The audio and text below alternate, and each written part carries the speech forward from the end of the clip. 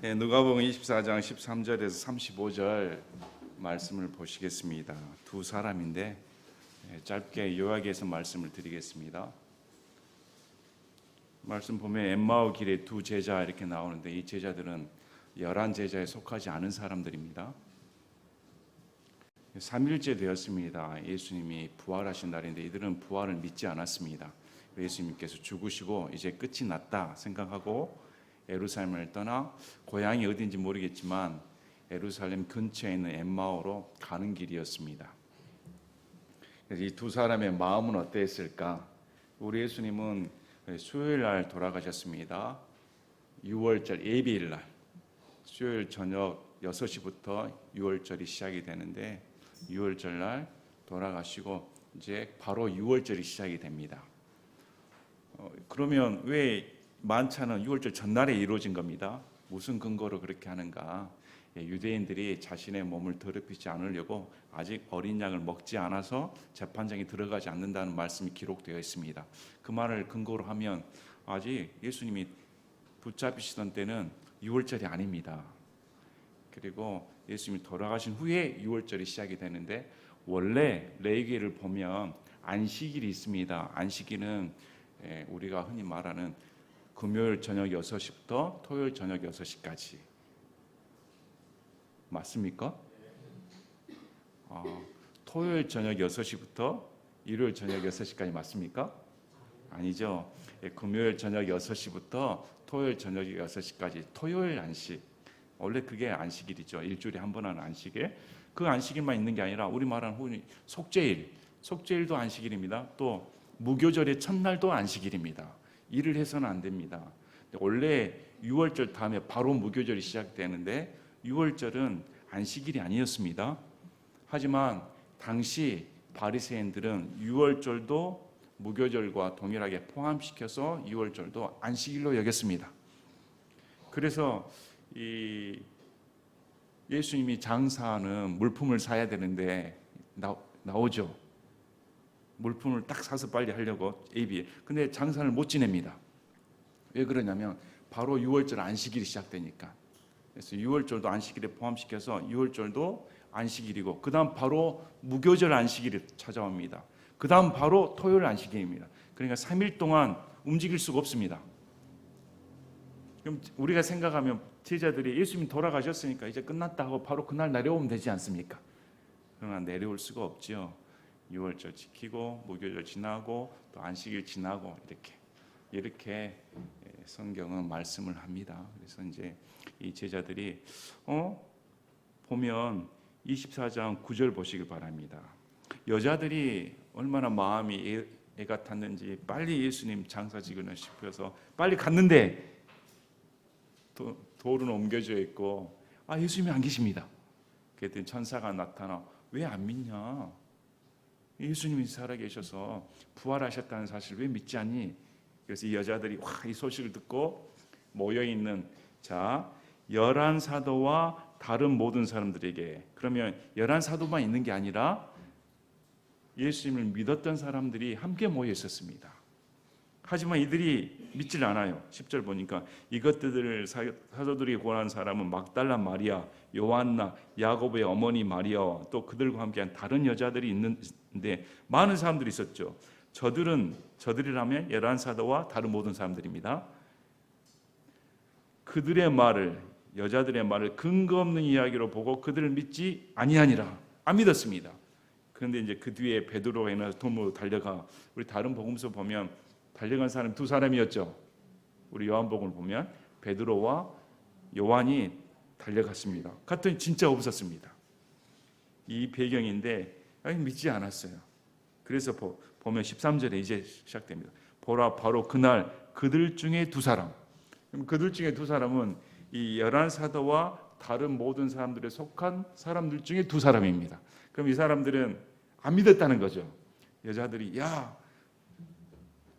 예수님이 부활하셨다고 한다.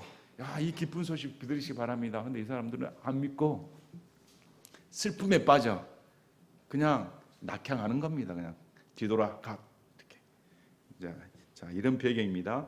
예루살렘에서 60스타디온쯤 떨어진 60스타디온 하면 1스타디온이 200m니까 약 12km입니다. 걸음도 빠릅니다. 12km를 정말 빠르지 않습니까? 엠마오로 하는 마을로 가면서 이 말은 아마 제가 생각에는 이제 끝났다. 우리가 예수님을 믿었는데 예수님 돌아가시고 이제 더 이상 믿음의 근거가 없다. 다 끝장났다 하고 그냥 빨리 고향이나 얼른 가자 이런 것 같아요. 그래서 일어난 이 모든 일들에 관해 함께 이야기하더라. 두 사람입니다. 두 사람. 교회에서 어떤 사람이 마음에 맞을까요? 두 사람 딱. 그래서 보니까 끝났어. 그래, 너도 그렇게 생각해? 그래, 이제 끝났어. 가자. 여기 열한 사도랑 다른 사람도 있는데 같이 있을 필요 없어. 미련 없다. 그냥 가자. 보니까 옆에 혹시 또 이렇게 눈이 맞은 사람도 있을지 모르겠습니다. 이 두 사람이 떠났어요. 자, 그들이 함께 이야기를 하면 추론한다는 말이 나옵니다. 넘겨짚어서 생각했습니다. 왜 이렇게 할까? 자, 함께 그 얘기거리가 좋은 얘기거리였겠습니까? 좋은 얘기거리가 아니죠. 네, 우리 예수님이 이 두 사람을 찾아오십니다. 무리에서 이탈한 두 사람. 하나 예수님 생각하면 가슴이 잠이 온다니까요. 우리 같으면 이 썩을 놈들, 내가 이렇게 지금 몇 번이나 너 있을 때 부활한다고 말을 했지 않냐. 여자들한테도 천사를 시켜서 말을 해줬고 이 정도면 믿어야 되지. 그새 못 참고 딱 안식일 끝나자마자 그냥 바로 그냥 보따리 싸고 가버리면 저 같으면 그래 너는 안 될 놈이다 하고 그냥 팽개칠 텐데 믿음도 없는 놈들. 근데 예수님은 찾아가십니다.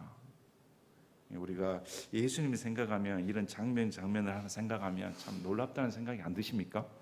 어떻게 우리 같은 이렇게 불신에 빠져 있고 늘 배반하고 늘 예수님을 믿지 못하는 나를 위해 이렇게 찾아오실 수가 있을까? 항상 찾아오신 분은 예수님입니다.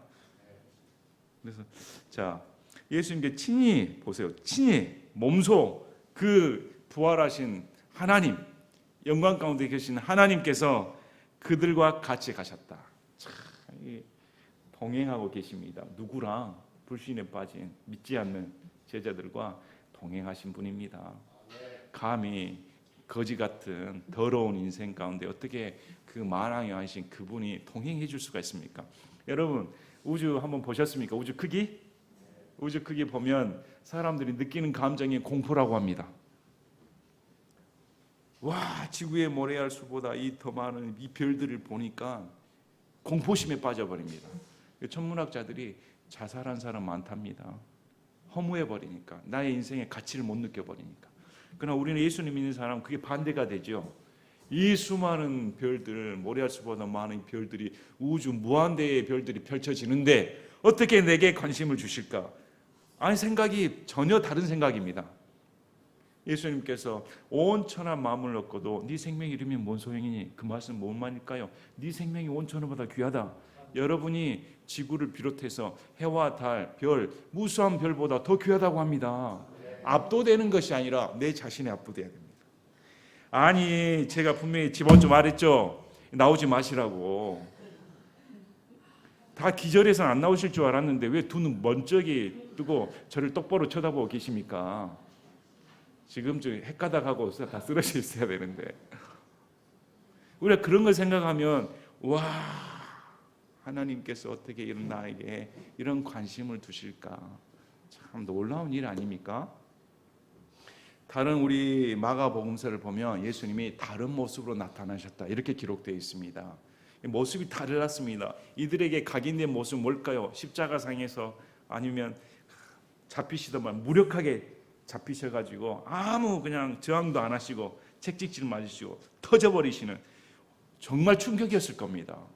내가 하나님의 아들로 믿었는데, 그분이 하나님이신데 죽은 자를 살리시고 풍랑을 잠잠케 하시고 병든 자를 고치시는 하나님이신데, 근데 어떻게 저렇게 맥 한번 못 추리고 전혀 반항도 않으시고 처참하게, 그것도 범죄자나 극악무도한 범죄자나 달리 십자가형에 저주받은 삶이 됐을까?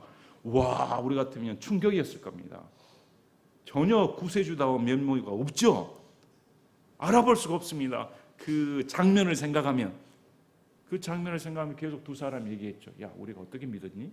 어떻게 이런 일이 벌어지니? 이러니까 예수님 나타나도 전혀 예수님 살아 계신다고 생각을 안 하니까 눈이 가려서 알아볼 수가 없습니다. 그래서 그분께서 그들에게 이르시되 너희가 걸으면서 서로 주고받는 이것들이 무슨 대화이기에 너희가 슬퍼하느냐? 예수님 모르겠습니까? 대화를 다 듣고 계시는 그분이, 마음까지 다 알고 계시는 그분이 그 대화 내용을 모르시겠습니까? 얼마나 친근감이 있으십니까? 야, 너희 대화 내가 다 알고 있는데 이렇게 말하지 않으시고 무슨 얘기를 나누길래 그렇게 슬퍼하냐? 예수님이 부활을 알았더라면 슬퍼할 필요가 없는데, 기뻐해야 될 텐데 죽으심으로 끝나버렸다고 생각하니까 수심이 가득해서 슬퍼했습니다. 그들 중에 한 사람 곧 글로바라는 이름을 가진 자가 그분께 대답하여 이르되 당신은 예루살렘에서 단지 나그네로 있기 요즘 거기서 일어난 일들을 알지 못하느냐? 이야, 이제 예수님께 당신이 말이야 도대체 어디 출신이냐?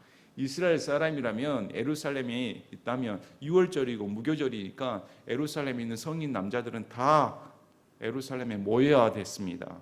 그러니까 그 6월절 날 돌아가신 예수님을 모르는 사람이 없습니다. 군중들이 죽여라 떼지어서 괌쳐서 죽었으니까 이 소식을 어떻게 너는 모를 수가 있니? 이렇게 예수님께 물어봅니다. 그래서 그분께서 그들에게 이르시되 무슨 일들이냐 하시며 다시 물어보시죠. 무슨 일들이냐? 나사렛 예수님에 관한 일들이다. 그분은 하나님과 온 백성 앞에서 행동과 말에 강력한 대언자시다. 이것은 자신들의 고백입니다. 예수님이 대언자이셨다. 수제사장들과 우리의 치리자들이 그분을 넘겨주어 정죄받아 죽게 하고 십자가에 못 박았다 하고 우리는 그분께서 이스라엘을 구속할 분이시라고 믿었다 이렇게 말합니다. 이스라엘을 구속하신 구속주라고 믿었는데 끝장났단 말입니다.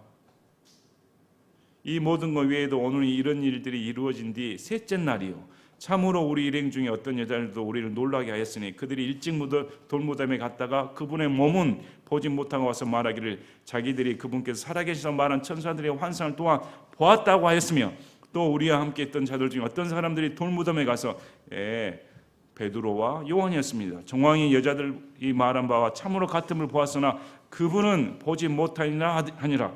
자, 이 말을 들으면 이 두 사람은 슬퍼할 필요가 없지 않습니까? 그러나 장황하게 말하면서 우리는 믿지 않는다 이 말입니다. 그랬더니 그분께서 그들에게 이르시되 오 어리석고 대언자들이 말한 모든 것을 마음으로 더디 믿는 자들아 이제 책망하십니다. 자, 이런 증거까지 보여줬지 않습니까? 네 고백대로 지금 여자들과 너희 중에 같이 있었던 베드로와 요한도 증언하지 않았는가? 그러면 믿고 감사해야 되지 왜 이 어리석게 믿지 않는가? 그러면서 예수님께서 말씀하십니다. 그리스도가 이런 일들로 고난을 당하고 자기 영광에 들어가야만 하지 아니하느냐. 그리스도 곧 이스라엘 구속자이십니다. 메시아입니다. 메시아가 반드시 죽고 영광 가운데 들어가야 한다는 말을 왜 안 믿느냐 하십니다. 그리고 나서 이제 모세와 모든 제언자들의 글에서 시작하여 모든 성경 기록들에서 자기에 관한 것들을 그들에게 풀어 설명해 주신다. 자, 여러분 성경을 누구를 찾기 위해 보셔야 됩니까? 예수님입니다. 창세기부터 모세의 오경, 대언자들이 그래서 이 모든 성경 기록입니다. 하나도 빠짐없이 아가서를 비롯해서 잠언, 전도서 모든 성경 기록들이 누구를 가리킨다고 합니까? 예수님입니다. 예수님에 관한 일들을 풀어서 설명해 주셨다. 그러면 오늘날 불신에 빠진 사람들, 예수를 믿지 않는 사람들, 믿으면서도 타락한 사람들에게 뭘 가르쳐야 됩니까? 모든 성경 기록들에서 예수님을 가르쳐 줘야 됩니다. 예수님이 누구신가? 그들이 자기들이 가려는 마을에 가까이 왔는데 그분께서 더 가려는 같이 하심으로 더 가려고 하니까 이제 붙잡았습니다. 우리와 함께 머무소서. 날이 저물어 가고 낮이 거의 다 지나갔나이다. 어두워졌습니다. 하니 그분께서 그들과 함께 묵으러 들어가시니라. 자, 예수님이 시간이 많으신 분이실까요? 여러분, 왜 예수님이 부활하셔서 이들을 만나 주십니까? 다른 사람 만나도 되지 않습니까? 근데 이 우리 예수님께서 그 귀한 시간을 내주셔서 이 두 사람의 마음 가운데 성경 기록을 풀어주시고 또 거기다가 함께 묵으러 갔다. 날이 저물었으니까 동행해 주십니다. 그분께서 그들과 함께 음식 앞에 앉으셨을 때 빵을 집어 축복하시고 떼어 그들에게 주심에 이제야 그들의 눈이 열려 그들이 그분을 알아보았으나 그분께서는 그들의 시야에서 사라지셨더라. 빵 사라지셔 버렸습니다.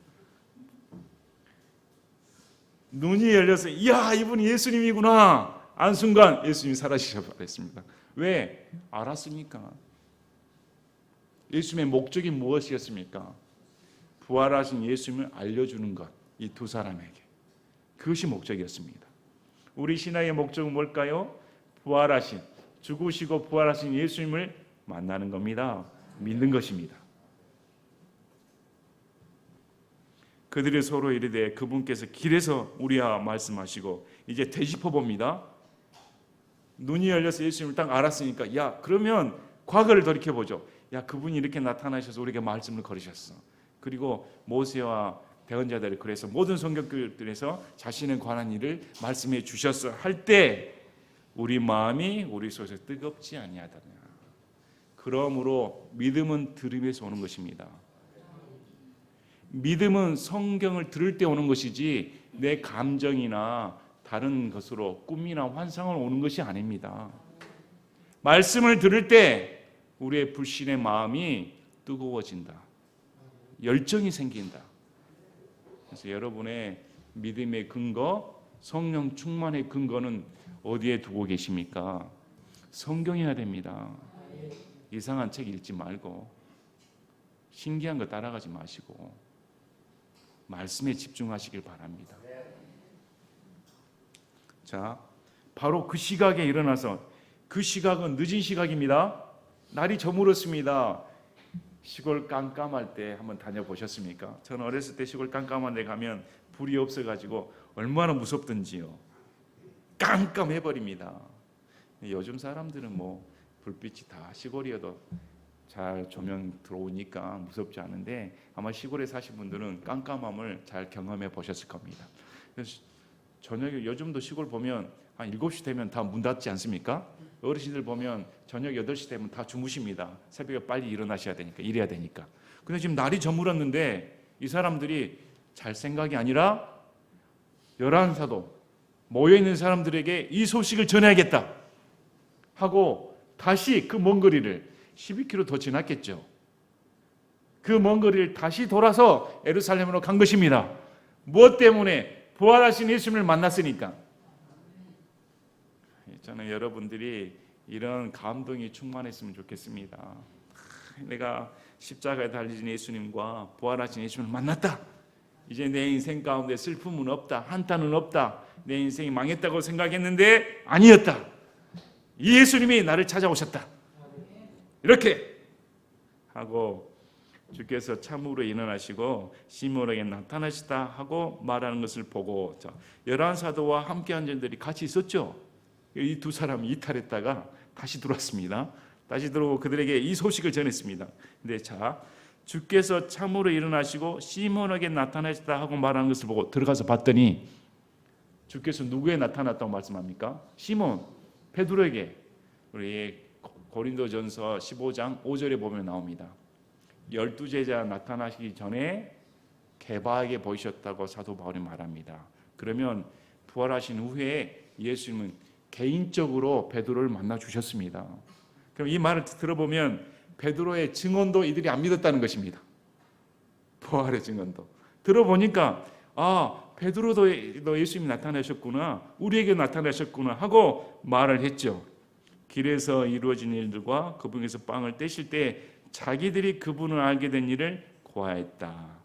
이렇게까지 확실한 증거를 남기셨는데 제자들이 문 닫고 벌벌벌 떠니까 왜 믿지 않냐 하고 예수님이 나타나시죠. 자, 이런 배경입니다. 그래서 제가 두 사람에 대해서 얘기를 했습니다. 낭망했던 두 사람이 하나님 말씀의 힘을 얻었을 때 합심하여 다시 돌아가 제자들에게 사실을 고하는 그런 과정이 적혀져 있습니다. 제가 이 말씀을 토대로 오늘의 두 사람에 대해 다시 얘기하고자 합니다. 저는 성경을 보면서 누가 가장 위대할까? 여러분은 성경을 보시면서 누가 가장 위대하다고 생각하십니까? 모세, 바울, 예수님 제외하고 다윗? 어느 사람이 가장 위대하다고 생각합니까? 여러분 마음 가운데 있는 믿음의 사람은 누구입니까? 여러분 스스로 빼고 저는 누가라고 생각합니다. 참 물론 바울 위대하죠. 근데 바울만큼 진짜 누가는 위대하다 생각이 듭니다. 누가와 아리스다고가 있는데 사도 바울이 이제 죄수로서 로마로 압송당할 때 배를 타고 갑니다. 그 죄수된 몸에 로마로 압송당할 때 두 사람이 동행을 합니다. 누가와 마케도니아 사람인데 데살로니가 출신의 아리스도고 이 두 사람이 동행을 합니다. 당시 배에 타서 압송당할 때 죄수에 당할 때 로마인에게는 특권이 있었습니다. 두 사람이 같이 데리고 갈 수가 있습니다. 종으로서. 사도 바울이 종으로서 내가 로마인인데 나를 보필할 도와줄 두 사람을 데리고 갈 특권을 누립니다. 그 두 사람이 누가와 아리스다고입니다. 누가는 사도행전 16장에 나옵니다. 드로아에서 사도행전에서 우리가 했을 때 이 말을 생각해 보면 누가는 이방인인데 2차 선교 여행 때 사도 바울에 의해 전도되어 사도 바울의 복음의 일행에 끼었던 사람으로 추정이 됩니다. 누가가 그 이후로 쭉 동행을 합니다. 또 아리스다고는 에베소에서 소동이 일어났을 때 군중들에게 붙잡힘을 당합니다. 바울의 일행인 그 사람이 그러면 이 사람은 마케도니아 사람입니다. 근데 에베소 지역에서 먼 거리인데 에베소까지 바울의 동행을 해준 사람입니다. 그래서 에베소 지역에서 소요가 일어났을 때 목숨을 잃을 뻔합니다.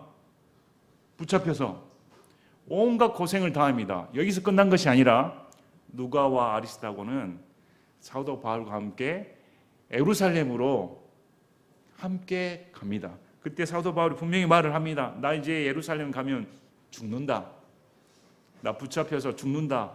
환란이 나를 기다린 줄 알고 있다. 그런데 누가와 아리스다고는 개의치 않고 따라갑니다. 따라가서 사도 바울이 붙잡힌데 가이사랴에서 무려 2년간 붙잡혀 있습니다. 감옥에. 그러면 자기 나라도 아니고 고향도 아니고 남의 나라에서 믿었던 사도 바울이 감옥에 갇혀 있으면 이 두 사람은 어떻게 행동해야 될까요?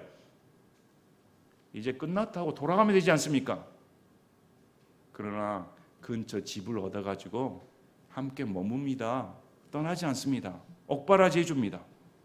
누가와 아리스다고가. 여러분 그렇게 하실 수 있습니까? 거기다 더불어 이제 사도 바울이 압송당하니까 우리가 바울의 종입니다. 우리 두 사람이 동행하겠습니다. 로마 감옥까지 같이 가겠습니다. 이렇게. 요즘 사람들 보면 꼭 그 비뚤어진 신앙생활 하는 사람이 있습니다. 내가 목사의 종이냐? 하나님의 사람이지. 나는 하나님만만 듣는다. 이 사람은 항상 문제를 일으킵니다. 누가와 아리스다고 그렇게 말할 수 있지 않습니까? 내가 바울의 종이냐? 나는 하나님을 믿는 사람이지. 이제 내 방식을 펼쳐야겠다. 그런 거 찾아볼 수 없습니다. 누가와 아리스다고는 제가 바울의 종입니다. 바울은 하나님의 사람이고 바울을 위해 함께 목숨을 걸겠습니다. 이 사람은 목숨 검사단들입니다. 오늘날 교회에서 의리를 뭔 찾아봅니까? 저도 가끔 전화가 오면 남의 목사 비방하는 소리 들으면 정말 듣기 싫습니다. 왜 그런 전화를 저한테 하십니까? 여러분들도 교회에 나가서 하는 사람들과 다른 얘기하는 건 좋습니다. 나간 사람들이 교회 비방 얘기에 동조한다면 여러분도 나가시길 바랍니다. 그건 올바른 방법이 아닙니다. 여러분들이 의리가 있습니까? 아리스다고와 누가 같은 의리가 있을까요? 저는 찾아보기 힘듭니다. 저부터가 그렇고 저부터도 제 신앙 생활하면서 이런 신앙 해본 적이 없으니까. 근데 골로새서 4장 말씀을 보시면 로마 감옥에 갇혔을 때 바울이 이렇게 말합니다. 나와 함께 갇힌바된 아리스다고 이렇게 말합니다. 그러면 이 아리스다고는 어떻게 했다는 것입니까? 감옥에까지 같이 들어갔다는 것입니다.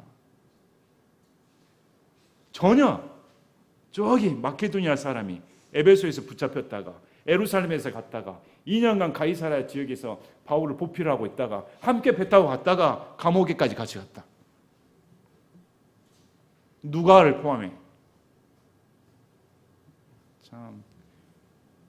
참 마음에 굉장히 찔리는 말입니다. 그래서 우리 교회가 지금 이렇게까지 하나님의 은혜 가운데 있었던 것은 여러분들이 저를 신뢰해주고 함께 했으니까 가능한 일이지, 사도 바울이 사도 바울같이 된 것은 사도 바울이 혼자만의 능력이 아닙니다.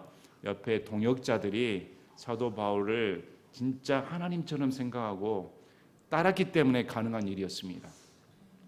우리 교회도 마찬가지고 여러분들이 저를 주의 종으로 생각하고 하나님의 사람으로 생각하니까 교회가 유지되는 것이지, 에이 뭐 이렇게 돼버리면 난장판 돼버립니다. 질서도 없어져 버리고.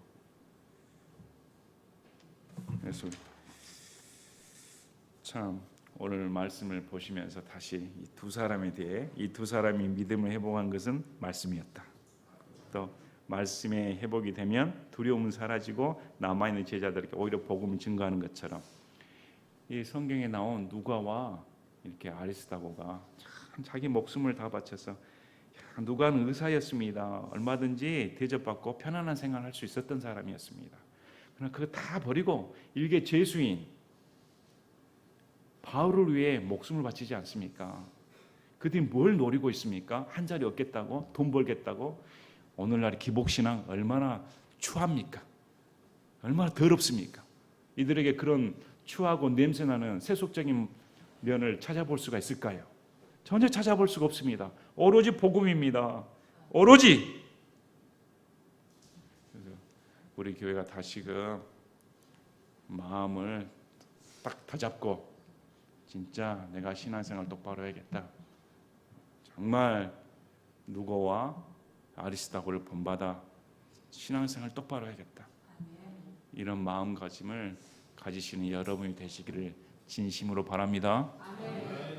또 내년에 더 많으신 분들이 하나님의 말씀을 바라먹고 믿음이 충만한 그런 사람들이 되시기를, 또 그렇게 모여들기를 진심으로 바랍니다. 제가 기도하고 마치겠습니다.